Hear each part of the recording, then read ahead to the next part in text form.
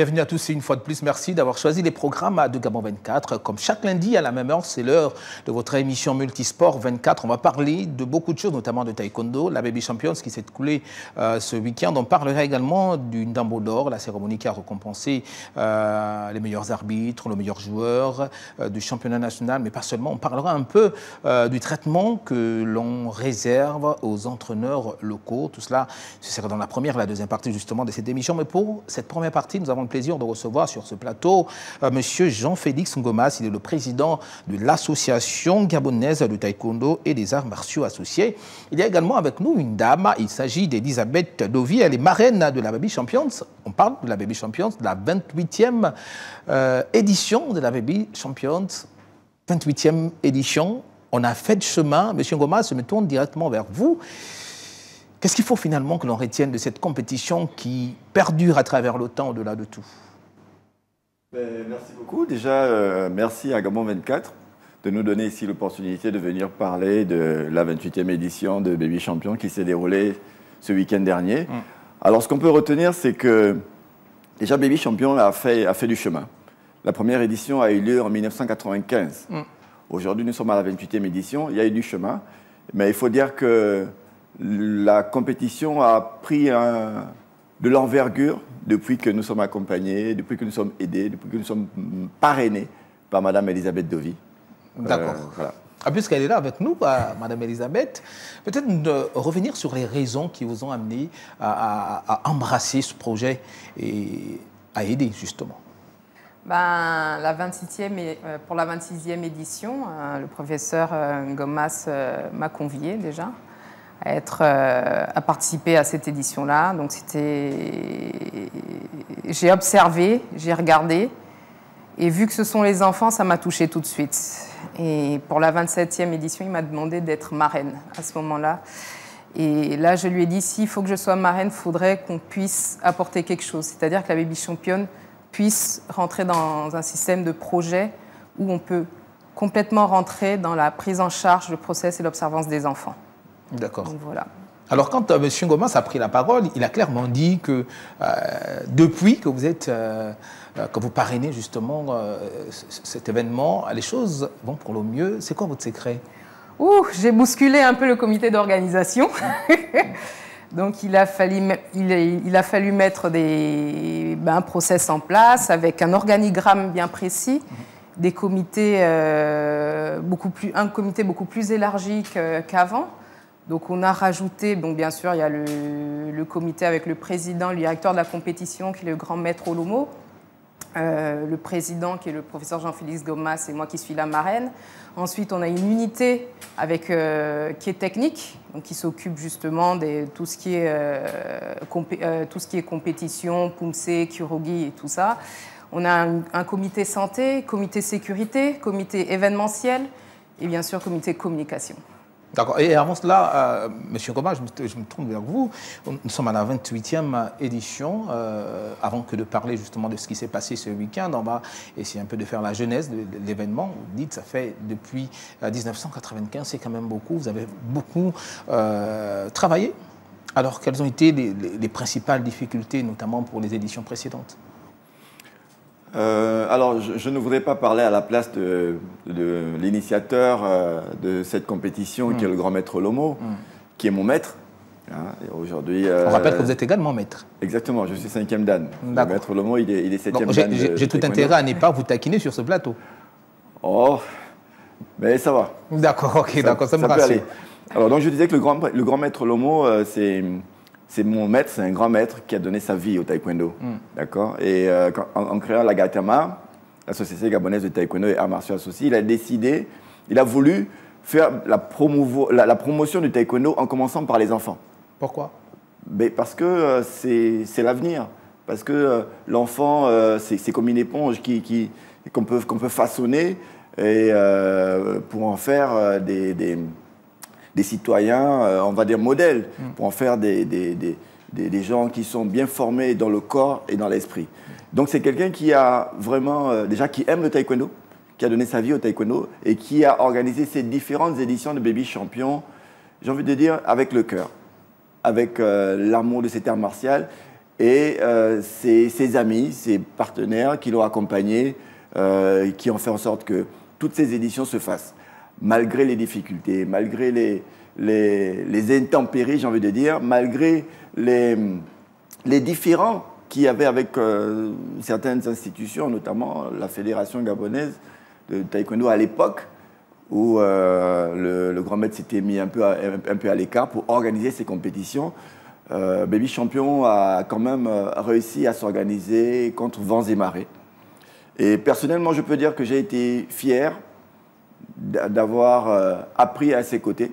Et maintenant qu'il m'a passé le flambeau de la direction de cette association qui est la GATAMA, je peux dire que j'ai une expertise qui m'a transmise. Et aujourd'hui, avec le soutien, avec l'appui de la marraine et de tout le comité d'organisation qui a été mis en place, on a essayé de donner un cachet nouveau à cette organisation.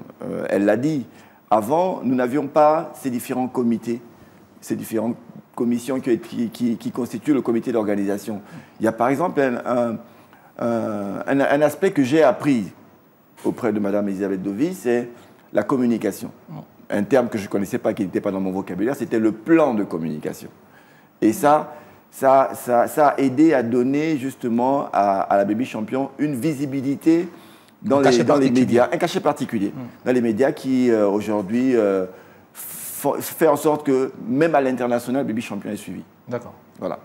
Alors, Madame Elisabeth Dovy, une fois on est venu, notamment le comité d'organisation, est venu vers vous pour vous demander de marrainer l'événement.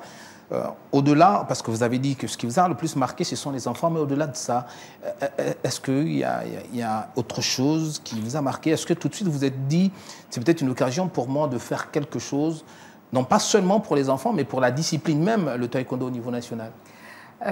Oui, parce qu'il y a tous les acteurs qui sont autour des enfants. On pense aux coachs, on pense aux arbitres, on pense aux conditions d'entraînement, notamment les dojan.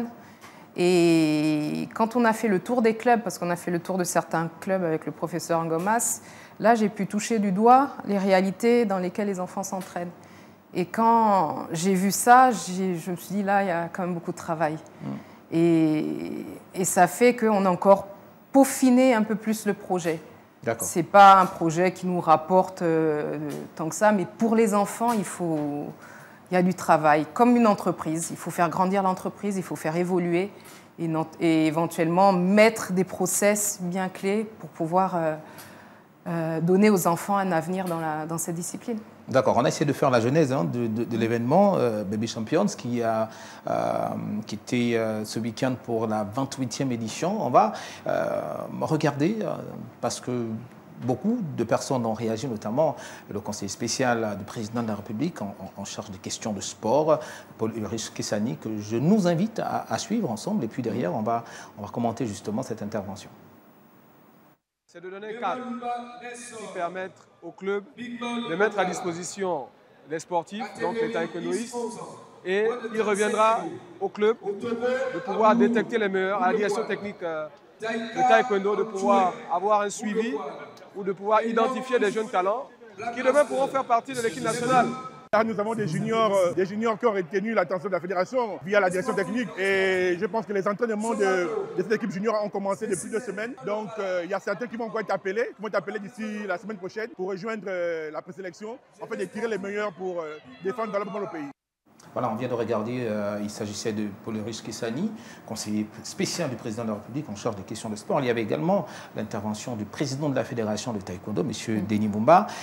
Alors, qu'est-ce que ça représente quand on organise une telle compétition? Je m'adresse à vous, M. Ngomas, et il y a sur le terrain, on a envie de dire ça comme ça, le conseiller spécial du président. Est-ce que ça donne un cachet particulier à l'événement? Mais justement, aujourd'hui, si Baby Champion a cette envergure, il faut dire que c'est parce qu'il y a eu la main du conseiller spécial M. Paul Kessani qui nous a grandement aidé dans l'organisation actuelle du comité d'organisation. Permettez la répétition. Parce que voilà, c'est quelqu'un qui a l'habitude d'organiser des grands événements et il a voulu apporter sa pierre à l'édifice dans la construction de ce nouveau visage que Baby Champion donne aujourd'hui. Et ce que je voulais dire également, c'est que par rapport à l'intervention du président de la Fédération gabonaise de taekwondo, Baby Champion, cette année, la 28e édition, nous avons voulu intégrer les catégories juniors, ce qui n'existait pas avant. Donc c'est l'innovation. C'est une innovation, oui. D'accord. Habituellement, Baby Champion, on se limite aux enfants de 3 ans à 12 ans. D'accord. Voilà. Là, nous avons intégré les catégories cadets et catégories juniors parce que nous avons à cœur que Baby Champion soit un tremplin de détection de ces jeunes talents qui pourraient éventuellement constituer notre équipe nationale cadette et junior, parce qu'il y a des échéances internationales à venir et on n'aimerait pas que le Gabon aille en victime expiatoire. Voilà, donc c'est pour ça que Baby Champion, qui aujourd'hui est une compétition d'envergure, j'ai envie de dire, à rayonnement national, donc se veut être cette plateforme de détection, d'expression de ces jeunes-là qui devraient attirer l'attention du directeur technique national en vue d'être sélectionné en équipe nationale. Et donc c'est aussi une innovation cette année. Nous avons eu l'accord du président fédéral pour que cette compétition soit organisée sous l'égide de la Fédération gabonaise de taekwondo. D'accord. Alors, Madame Dovi, je me tourne vers vous. Vous qui avez décidé de mariner, peut-être pour très longtemps, et je pense que c'est le souhait de M. Gomas. Alors, quand vous avez justement décidé d'accepter ce challenge, est-ce que dans votre esprit, vous êtes donné, est-ce que vous êtes dit, il faut que en 3 ans, 4 ans, 5 ans, on arrive à quelque chose? Ah oui, oui. Il y a un objectif, il y a une vision. Il y a un projet, un gros projet derrière. Et le projet, on le peaufine un peu tous les jours. L'édition de l'année dernière a permis à que l'édition de cette année puisse monter aussi en compétences. Donc le fait d'intégrer les juniors, le fait qu'on puisse rendre hommage aussi au maître Bouddha Cardo, parce que cette édition, c'était en hommage au grand maître. Donc il faut trouver des thèmes chaque année au niveau de la compétition Baby Champion, parce qu'il y a un devoir de mémoire qui doit être fait. Pourquoi il y a un devoir de mémoire?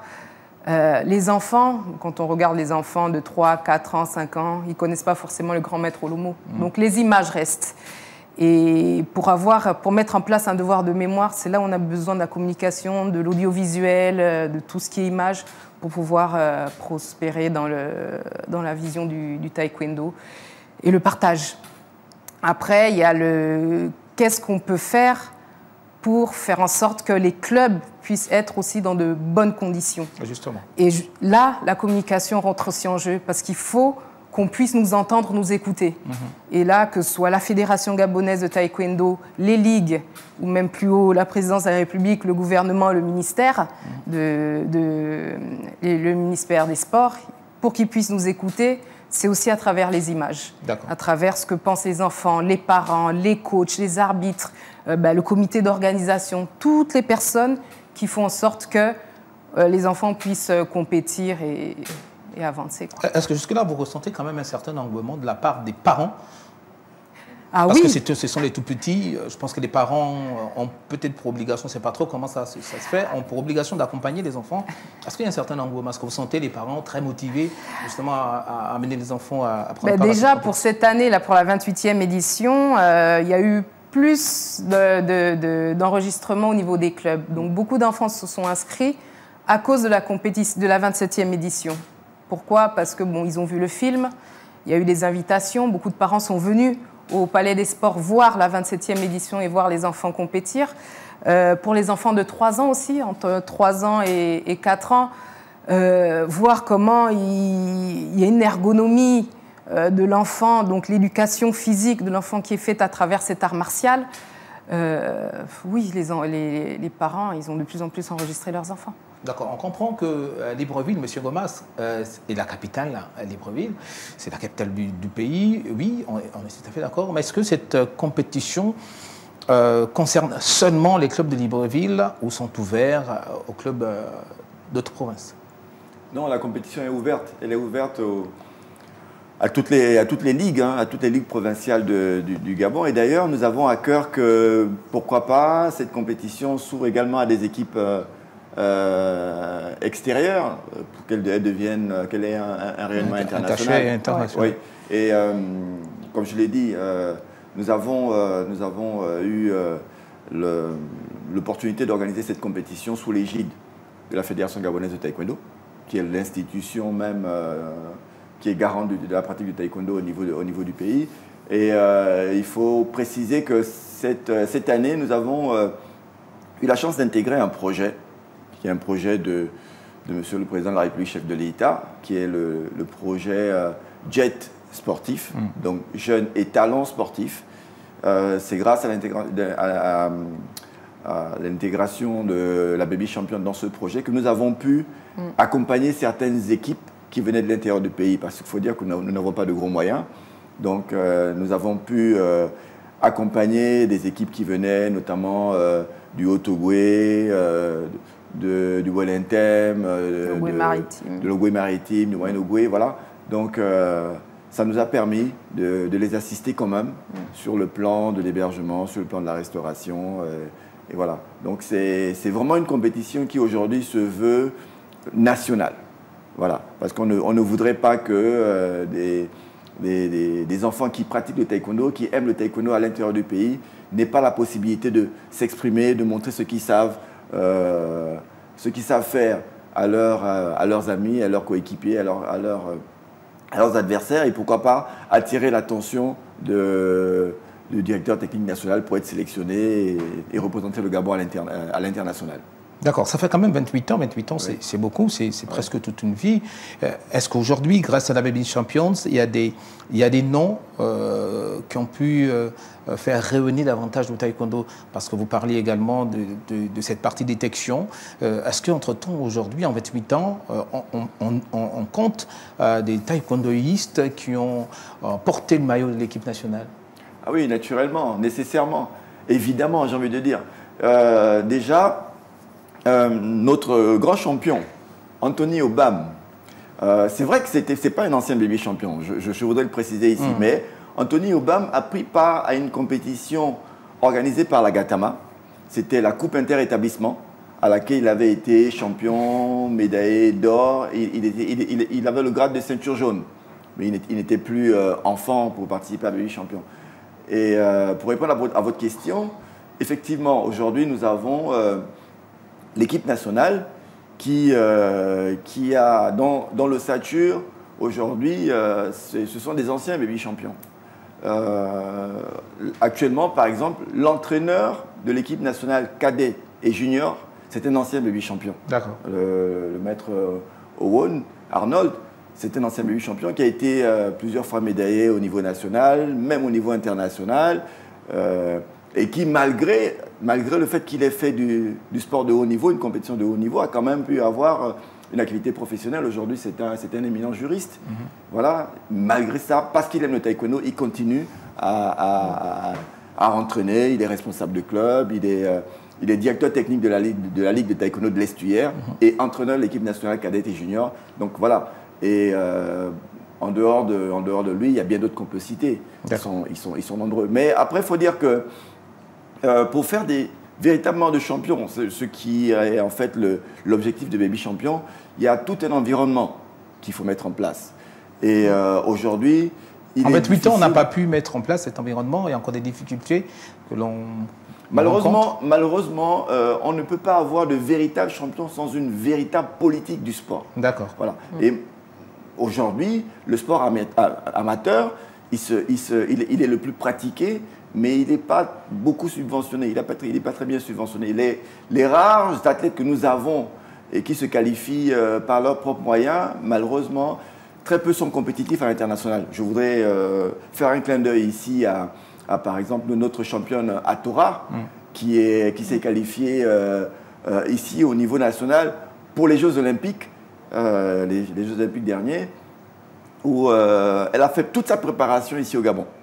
Elle n'a pas bénéficié de bourse olympique, elle n'a pas eu une mise au vert de 2-3 ans à l'étranger pour préparer les... C'est un appel que vous adressiez aux autorités? Les JO. Oui, entre-temps, parce que ce que je veux dire, en fait, c'est il y a, c'est vrai, les fédérations qui sont subventionnées. Il y a les ligues qui sont peut-être subventionnées, j'en sais rien, mais ça ne suffit pas. Il faut également des sponsors, il faut des mécènes, il faut vraiment toutes ces personnes de bonne volonté qui aiment le sport et qui peuvent apporter leur pierre à l'édifice pour justement accompagner ces champions-là qui ne demandent que ça. Avoir des moyens de se sacrifier et faire en sorte que le Gabon soit présent sur la scène internationale. D'accord. Madame Dovie, en termes de perspective, parce que nous avons vu ensemble comment la 28e édition s'est très bien déroulée. L'année prochaine, avec la grâce de Dieu, on verra la 29e édition en termes de perspective. Qu'est-ce qu'on envisage pour la Baby Champions? Déjà avoir toutes les provinces, du G1 au G9. Voilà. D'accord. Donc que tous les enfants puissent participer, qu'il y ait encore plus d'inscriptions au niveau des clubs pour que les enfants puissent avoir une activité extrascolaire. Parce que c'est vrai qu'il y a l'éducation scolaire, l'éducation parentale, il faut aussi avoir l'éducation sportive. Donc si ces enfants ont ces activités extrascolaires-là, ça peut être que mieux. Et ensuite, Pourquoi avoir aussi l'éducation sportive? Est-ce que l'éducation sportive a un cachet particulier? C'est un complément. C'est un complément sur l'éducation de l'enfant, sur l'accompagnement de l'enfant. Rien qu'au niveau physique. Bon, après, on sait que dans le martial, c'est très réglementé. Il faut être très, très organisé. Donc, la preuve, c'est que le taekwondo est énormément pratiqué chez les militaires. Et c'est un fonctionnement assez carré. Parce qu'entre-temps, également, vous-même, vous avez un amour particulier pour la discipline. Pour toutes les disciplines, parce qu'il faut dire que depuis toute petite, depuis l'âge de 5 ans, mes parents m'ont mis dans le sport, notamment dans le martial. Et mon père me disait toujours, il faut connaître les règles de tous les sports. Même si tu ne pratiques pas, il faut savoir comment ça se passe, que ce soit le golf, que ce soit le football américain, le foot. Donc avoir une culture du sport comme à l'école en fait, une culture générale du sport, et puis au moins on sait comment ça se passe, on comprend. Et c'est ce qui fait en sorte que je suis sensible à ce qui se passe dans tous les sports. Bon, là, c'est dans l'univers du taekwondo parce que je me suis embarquée là-dedans. Et ça me rend encore beaucoup plus sensible, et surtout pour les enfants parce que ça part de là, quoi. Et jusque-là, c'est une belle expérience pour vous? Impeccable. Oui, très belle expérience. Vraiment. Voilà, Monsieur Gomas, malheureusement, 26 minutes, ça passe très vite. On reste placé le temps. Peut-être un message adressé aux autorités. Il y a également, on a vu dans ce reportage, M. Paul Kissani qui a réagi, mais au-delà, parce qu'il est conseiller spécial du président de la République, c'est vrai, chargé des questions de développement de sport, mais il y a également le ministère des Sports qui est là. Peut-être que vous souhaitez adresser un message à toutes ces personnes-là qui sont justement là pour faire rayonner le sport. Surtout, il faut le dire, c'est vrai que qu'on le veuille ou pas, le taekwondo est quand même l'une des disciplines qui a toujours fait honneur au pays à chaque fois que les taekwondistes gabonais sortent du pays. Oui, mais avant tout, je voudrais vraiment, avec votre permission, dire merci. Merci, parce que la 28e édition de Baby Champion s'est déroulée dans de bonnes conditions. Il n'y a pas eu d'accident, il n'y a pas eu d'incident. À la fin, c'était l'apothéose. Vraiment, c'était une belle fête pour les enfants. Voilà pourquoi je voudrais dire merci. Merci d'abord au président de la République. Parce qu'on a intégré un projet qui est un projet intéressant pour les jeunes, pour la jeunesse, qui est le jet sportif, avec un appui également de la Fondation Mabanière. Donc merci, merci beaucoup. Merci aux parents qui ont accepté que leurs enfants participent à cette 28e édition, malgré le fait que, du fait du report, la compétition a eu lieu pratiquement à la fin de l'année scolaire. Donc avec les examens et tout ça, les parents ont quand même accepté. Merci aux responsables de club, merci aux ligues, aux différentes ligues, merci à tout le comité d'organisation, merci aux médias qui ont vraiment relayé cette compétition partout jusqu'à l'international. D'accord. Merci aux mécènes, merci aux partenaires, merci à l'Office national du développement du sport et de la culture qui nous a vraiment aidés. Voilà. Donc le message, c'est vraiment, je voudrais regarder ici Madame la ministre des Sports, regardez Madame la ministre d'État, ministre de l'Éducation nationale, pour dire aujourd'hui, le taekwondo en particulier, le sport en général, c'est éducatif. Ça participe à la formation des enfants, formation des jeunes, le développement physique, le développement mental. Et voilà, donc Baby Champion aujourd'hui, c'est pour eux. C'est pour ces ministères-là. Donc aidez-nous pour que, à la fin, le Gabon devienne véritablement une nation des champions. D'accord, je pense que le message est passé. On va vous donner également 30 secondes pour essayer de conclure, Madame Dovi. Ah ben oui, que les parents adhèrent aux activités extrascolaires sportives et voilà, que les enfants pratiquent et qu'on ait une observance sur les enfants aussi. Donc vraiment, inscrivez vos enfants dans des clubs et puis après, le Gabon deviendra une bonne nation de champions. Voilà, donc vive l'édition 2026. Merci d'avoir accepté l'invitation de Gabon 24. Merci. Voilà, c'est fini pour nous, hein, du moins pour cette première partie. On souffle un tout petit peu et puis on se retrouve pour la deuxième partie de notre émission.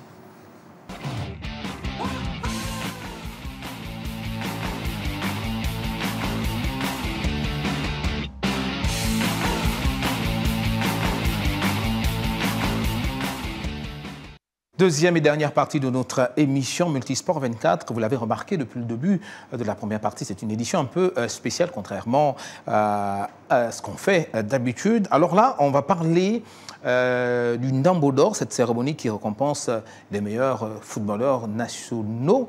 Voilà, il y a également, on parle du meilleur buteur, on a parlé du meilleur joueur du National 1, mais pas seulement, puisqu'on reçoit sur ce plateau Albert Didungu, qui est coach du Stade Migovéen, champion du National Foot 2. On va également parler de la condition justement des coachs au niveau national. Et puis, il y a notre ami Jean-Claude Nounamo qui, lui, est toujours fidèle à ce programme. Jean-Claude, merci une fois de plus de votre disponibilité. Merci, nous servons le pays.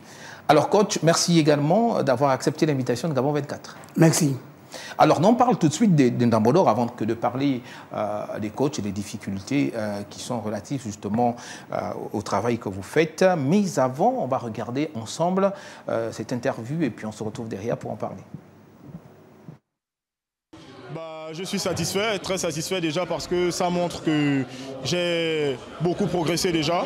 Et au sortir d'une saison assez compliquée avant où on dira que je sortais d'une longue blessure. Voilà, donc c'était un challenge pour moi de revenir en deuxième division. Comme on dit, c'est reculer pour mieux sauter. Et aujourd'hui, je suis satisfait parce que ça montre que j'ai travaillé pour ça et j'en suis fier. C'est une très belle cérémonie et c'est une belle initiative. Car nos jeunes frères, nos grands frères, ils verront que si nous travaillons, si nous soyons sérieux, nous serons toujours récompensés. Il n'y a pas de magie, il n'y a pas de sorcellerie là-dedans. C'est vrai qu'il y a un petit goût amer parce qu'on espère toujours être le meilleur joueur du championnat. Mais bon, je vais continuer à travailler, continuer à aider l'équipe et attendre des échéances à venir. Bien, on va dire que nous sommes satisfaits effectivement de tous les trophées engrangés cette saison. C'est la récompense du travail acharné et je dis félicitations à toute l'équipe et à tous ceux qui nous ont accompagnés au long de cette saison. Écoutez, je voudrais simplement d'abord, avant de répondre à votre question, remercier d'abord le chef de l'État qui, grâce à lui, a permis que ce championnat national voit le jour. Et pour répondre effectivement à votre question, oui, je suis satisfait parce que par le passé, lorsque le championnat démarrait, il n'allait pas à son terme. Et je voudrais également aussi féliciter le président de la LINAF qui n'a cesse d'œuvrer chaque jour à faire en sorte que ce championnat puisse aboutir. Et je voudrais aussi remercier tous ceux qui, de près ou de loin, ont participé pour la réussite de cet événement ce soir. Voilà, messieurs, on a regardé ensemble quelques réactions. Manga Sport, qui a gagné le championnat national, a presque tout raflé, presque, parce que malheureusement, le meilleur joueur du championnat, ce n'est pas un joueur de Manga Sport. Tout le monde pensait à Samson Bengui, on l'a vu, un peu déçu. Jean-Claude Nounamo, est-ce que ça vous a étonné quand le nom du meilleur joueur du National Foot a été cité ? Bon, je pense que personnellement, je ne suis pas très étonné. Ça ne m'a pas étonné du tout que Samson Bengui ne soit pas forcément le meilleur joueur du championnat. Pour la simple raison qu'il y a un certain nombre de critères qui prévalent dans ce choix du meilleur joueur. Si je pense par exemple que Derrick Asomou, qui a été élu meilleur joueur, a été quand même 7 fois homme du match. Je pense que c'est un critère assez révélateur et qui a voulu bien que Samson Bingui, malgré son talent, il faudra comprendre aussi qu'il est en train d'aller à la fin de sa carrière et que voilà, je pense que moi je ne suis pas étonné, déçu, oui, il est un peu déçu, mais ce critère-là, 7 fois homme du match en une saison, il n'y avait pas d'autre choix que de récompenser ce jeune garçon de 19 ans là. D'accord, peut-être au critère âge aussi qui a joué, parce que Samson Bingui n'est pas tout jeune aussi. Il n'est plus jeune, Samson Bingui n'est plus jeune, malheureusement, et le critère a joué également. Bon, c'est vrai que quelqu'un avait soufflé quelque part que bon, on aurait dû le lui donner parce qu'il tend déjà vers la carrière. La carrière ne finit pas à cette édition. Je pense que l'année prochaine, il peut rebondir, sachant déjà que, attention, il y a des jeunes loups qui sont en train de monter. Et malheureusement, c'est ça, le sport et le football ça va quand même être difficile, Jean-Claude Namoussetor, que le retour justement des Ndambo d'Or, cette cérémonie qui récompense les meilleurs footballeurs du championnat national 1 et 2, on l'a vu lors des interviews, c'est un événement qui fera en sorte que l'année prochaine, davantage les joueurs vont essayer de donner le meilleur d'eux-mêmes pour pouvoir notamment être cités parmi les nominés. C'est de bonne guerre. Je pense que la cérémonie du Ndambo d'Or, il fallait vraiment qu'elle revienne. On ne l'avait plus vécue depuis 2016 et je ne suis pas également étonné qu'elle figure dans la programmation de la LINAF cette année, étant entendu en plus que la LINAF a eu tous les moyens nécessaires d'une bonne saison. Et quand on parle déjà de bonne saison, effectivement, le Ndambo d'Or fait partie des événements qui bouclent la saison. Je crois qu'il faut remercier le président de la République parce qu'il s'est donné lui-même pour que cette année, cette saison ait lieu comme on pouvait bien le comprendre. Maintenant, cela a été fait. Qu'est-ce qui nous attend à partir de septembre, octobre prochain? D'abord, c'est justement la grosse interrogation. On a vu avec le concours de la réalisation, pendant que vous étiez en train de parler, on a vu justement M. Albert Didungu, le coach du Stade Migovéen, qui est en train de récupérer un trophée. Alors, vous étiez justement à cette cérémonie. Alors, comment vous l'avez trouvé? Est-ce que, pour revenir sur le vainqueur, le meilleur joueur de la saison, vous en tant que coach, qu'est-ce que vous pensez? Personnellement, bonsoir d'abord. Je remercie d'abord ce plateau de m'avoir invité. Le premier point, c'est que je n'ai pas suivi le championnat de première division parce que j'étais beaucoup engagé en deuxième division. Voilà, c'est un peu ça. On rappelle que vous êtes sorti champion également. Tout à fait, je suis sorti champion du Stade Migovéen. Et ça veut dire qu'il joue la première division l'année prochaine? Oui, l'année prochaine, tout à fait normal. L'année prochaine, je vais jouer la première division. Et vous êtes déjà préparé à ça? Dans la tête? Oui, dans la tête, je suis un entraîneur confirmé. Donc, dans la tête, je connais. La seule difficulté que je raconte, c'est que d'abord, on n'a pas encore le calendrier de la reprise du championnat. De la compétition. Voilà. Mais concernant le mental, la motivation, je sais que ça va aller. Alors, comment ça a été cette saison pour vous? Est-ce que ça a été facile d'être champion cette année? Non, ça n'a pas été facile. Ça n'a pas été facile, franchement. D'abord, le groupe que j'ai trouvé, c'était d'abord un groupe un peu minime par rapport à mon expérience. La phase de retour, je n'ai eu qu'une seule défaite. Donc il fallait renforcer l'effectif, il fallait revoir le groupe. Et ce qui m'a permis sur ce plateau de remercier le président fondateur du Stade Migovéen, qui est M. Ngoma, qui m'a donné cette opportunité de changer le groupe en phase de retour. D'accord. Le Gabon a quasiment fait 2 ans son championnat, tout a été arrêté. Est-ce que ça a été également une difficulté?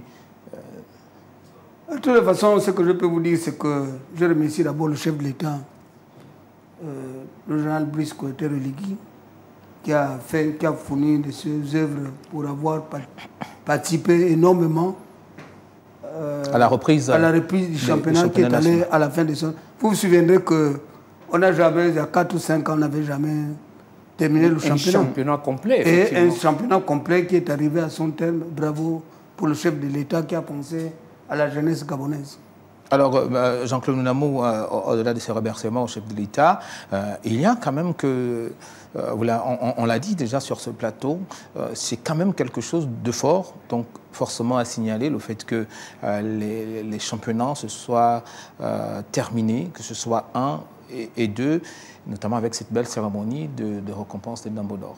Oui, c'est pour cela, je l'ai dit tantôt, que c'est plus qu'un coup de chapeau que moi je peux adresser au président de la République. On sait tout ce que ça a été comme difficulté pour que l'argent soit décaissé, mais je crois quand même que l'implication personnelle du chef de l'État y est pour quelque chose, et je crois que c'est à lui d'abord l'honneur de ce championnat, de cette année. Et c'est pour cela que je disais, je chutais tout à l'heure, que nous espérons que...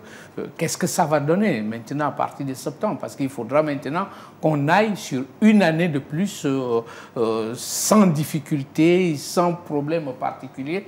Je ne sais pas encore comment ça sera fait, mais nous osons espérer que pour une fois, on va aller à 2 années successives sans interruption. D'accord, vous faites bien de poser cette question, parce qu'on a reçu sur ce plateau ici le sélectionneur national, justement, qui lui également s'interrogeait, parce que lors des dernières sorties de l'équipe nationale, il y avait quand même 8 joueurs de l'équipe du championnat national au sein de la tanière des Panthères. Il se posait des questions, puisqu'en septembre, nous avons les éliminatoires pour la Coupe du Monde qui se poursuivent. Alors là, il se posait la question de savoir à quel moment exactement le championnat national va reprendre, parce que les dictateurs vont peut-être se dire, on a pris 8, mais si le championnat ne reprend pas assez tôt, ces 8, on va peut-être pas les revoir, et là, ça va peut-être encore créer un peu... Et il ne faut pas avoir peur de le dire, hein, Gaël, il ne faut pas avoir peur de le dire. On sait un peu le comportement de nos footballeurs, les footballeurs gabonais, pendant, par exemple, les vacances, on s'enivre, on va partout. Non, je pense que l'inquiétude de Mouyouma est légitime. Bon, maintenant, étant entendu que le football de haut niveau, c'est aussi l'hygiène de vie, moi encore, avec déjà un tout petit peu, le coach avait à côté de nous, le suivi de tous les joueurs pendant l'intersaison, on est déjà en vacances. Je le redis, je sais un peu comment nos gars sont pendant les vacances. Est-ce que Thierry Mouyouma aura vraiment la possibilité d'avoir déjà les mêmes d'abord? Ça, c'est toute l'interrogation que nous nous posons, nous qui suivons un peu de près ces affaires-là. D'accord, puisqu'on a le coach, vous, au niveau du stade migovéen, vous qui êtes champion de deuxième division, qu'est-ce que vous avez prévu justement pour entretenir les joueurs? Parce qu'au-delà de la sélection nationale, il n'y a que l'année prochaine, vous allez jouer dans l'élite. Est-ce qu'il y a des mécanismes qui ont été mis en place justement pour que ces jeunes-là ne se dispersent pas trop? Ce qui est sûr, c'est que j'ai tout simplement précisé que avec le stade migovéen est terminé. C'est qu'on n'a pas eu de compréhension entre le staff et... D'accord, donc vous n'allez plus être sur le banc de touche du stade migovéen? Non, non, non. Puisque le fondateur lui-même, personnellement, m'avait appelé en me disant qu'il avait d'autres objectifs sur le plan footballistique. Donc il avait besoin d'échanger des philosophies. Je ne sais pas ce qu'il voulait dire par là. Bon, j'ai accepté. J'ai accepté ce que le fondateur m'avait dit. Alors, Jean-Claude Nounamou, ça permet peut-être d'embrayer sur cette question justement de la place des sélectionneurs, des coachs sur le plan local, la place qu'on leur réserve à chaque fois. Ce que M. Didungu dit, je ne veux pas dire que c'est assez grave, mais c'est quand même important qu'on en parle. À peine, il fait monter l'équipe en première division et on se sépare de lui. On se sépare de lui tout de suite. Oui, monsieur. Non, je peux toutefois dire que ce n'est pas pour la première fois que j'ai fait monter. Non, que j'ai fait monter l'équipe en première division. Et qu'il y a la suite en J'avais fait monter Dikaki en première division où il y a eu beaucoup de respect. Et ça, je félicite énormément le président de Dikaki. D'accord. On m'a respecté là-bas, où j'ai fait... Est-ce que vous avez poursuivi justement après la montée? Bien sûr, j'ai poursuivi parce que j'avais pratiquement passé 4 ans. Avec Dikaki, j'ai joué le play-off. D'accord. On a fait un bon championnat. La preuve, c'est que pendant le championnat de play-off, j'ai été nominé parmi les meilleurs entraîneurs. Ouais, de la Très saison. bien. Ouais. D'accord. Mais sauf que l'aventure avec le stade Migoveyen s'est achevée, Jean-Claude. Ouais, je disais tout simplement, c'est le choix du président fondateur. Lui-même sait pourquoi. Mais ce que je souhaiterais juste dire sur ces plateaux, c'est que les entraîneurs gabonais doivent être respectés par les dirigeants du club. Vous pensez que ce n'est pas le cas? Vous n'êtes pas assez respecté pour le travail que vous faites, mais les je efforts crois quand même et les sacrifices? il faut quand même qu'on en parle. Hein. C'est quand même assez étonnant, assez curieux.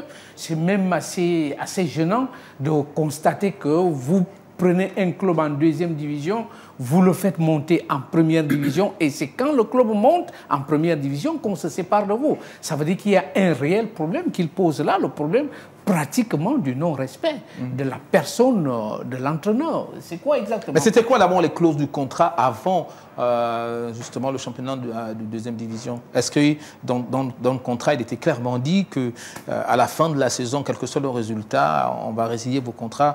Qu'est-ce qui s'est passé? Qu'est-ce que vous vous êtes dit en amont? Parce qu'il est également important que l'on sache ce que vous vous êtes dit en amont, peut-être pour comprendre aujourd'hui pourquoi on a résilié votre contrat. Non, on n'a jamais résilié mon contrat. C'est que j'avais signé pour 1 an. D'accord. Arrivé à son terme. On n'a pas renouvelé. On n'a pas renouvelé. D'accord. Voilà. Et vous avez compris, pour vous, ça ne vous dérange pas? Non, non, ça ne me dérange pas. Non, ça ne me dérange pas, rien du tout. Parce que de nos jours, avec le travail que je fais, je pense que 80% j'ai des contacts ailleurs. D'accord, mais vous avez dit il faut que les dirigeants apprennent à respecter les entraîneurs. Pourquoi? Un message profond. Pourquoi? Qu'est-ce que vous voulez faire comprendre, justement? Non, parce qu'on ne peut pas accepter, par exemple, le travail que je viens de fournir. J'ai pensé qu'un an, le fondateur devait peut-être renouveler mon contrat et qu'un bon matin, il arrive, non, un bon soir, il arrive, il m'interpelle, dire, bon, quand j'ai réfléchi autrement et que je vais maintenant changer de vision et on doit s'arrêter, on doit arrêter par là. Et moi, ce que je pense, c'est que c'est le manque de respect. C'est le manque de respect de la part du fondateur. Ça, je suis militaire, je parle pratiquement clair que le fondateur ne m'a pas respecté. Avec tout le boulot. Et je précise bien, quand je suis arrivé au stade Migoveyen, la qualité de joueur que j'avais trouvé, c'était les joueurs du bas championnat. C'est que c'était une équipe qui n'était pas capable de faire monter l'équipe en première division. Voilà un peu. D'accord, vous avez fait un travail et puis vous estimez que... J'ai fait un travail, j'ai d'abord instauré la discipline, parce qu'on dit dans la main que la discipline est la force principale des armées. Et à l'issue de ça, j'ai mis les principes de travail que les enfants ont subis. Et voilà pour la raison pour laquelle je félicite tous les joueurs, parce qu'ils ont subi vraiment le travail. D'accord, alors Jean-Claude Nounamo, le non-respect, mais après, derrière, le président du Stade Migoveyen a certainement des raisons.